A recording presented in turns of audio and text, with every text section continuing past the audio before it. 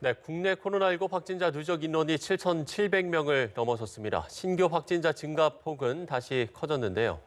네, 사망자도 어제 하루에만 6명이 추가됐습니다. 보도국 취재기자 연결해 보겠습니다. 김수강 기자.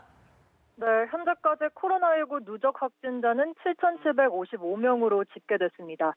주춤하던 신규 확진자 증가폭이 구로 콜센터 집단 감염 영향으로 다시 커졌습니다. 특히 서울과 인천, 경기 등 수도권의 신규 확진자 증가폭이 커졌습니다. 중앙방역대책본부는 전국 누적 확진자의 80%가량은 집단 발생과 연관성이 확인됐고 전체 확진자의 61%가량인 4,700여 명은 신천지와 관련이 있다고 밝혔습니다. 집단 발생 사례는 의료기관이 20건으로 가장 많고 이어 사회복지시설, 종교시설, 직장, 다중이용시설 등의 순으로 나타났습니다. 전체 확진자 가운데 6,929명은 대구, 경북에서 발생했습니다.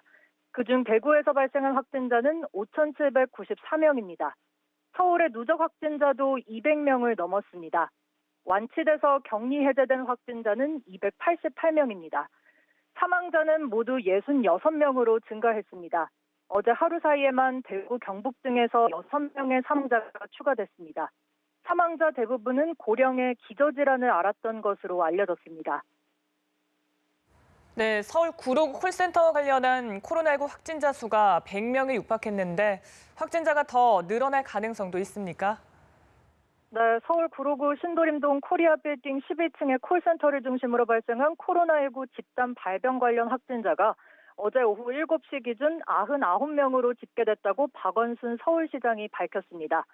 중대본이 오전에 밝힌 콜센터 관련 확진자 공식 집계는 9명이었지만 이후 서울시 자체 집계에서 9명이 늘어난 겁니다.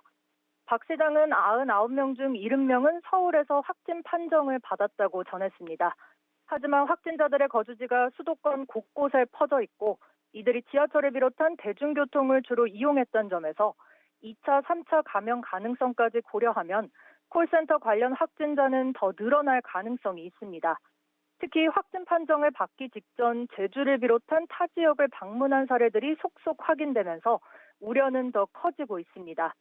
박 시장은 최초 감염원은 아직 밝혀지지 않았다며 확진자가 발생한 11층 외에 7층부터 9층까지의 콜센터 직원과 13층부터 19층까지의 오피스텔 주민을 거의 다 조사했는데 아직 양성은 없다고 말했습니다. 서울시는 콜센터 집단 감염과 신천지 사이의 연관성을 지속해서 확인하고 있습니다. 다만 콜센터 직원 중에서 신천지 교인으로 확인된 5명은 모두 코로나 검사에서 음성이 나왔습니다. 지금까지 보도국에서 전해드렸습니다.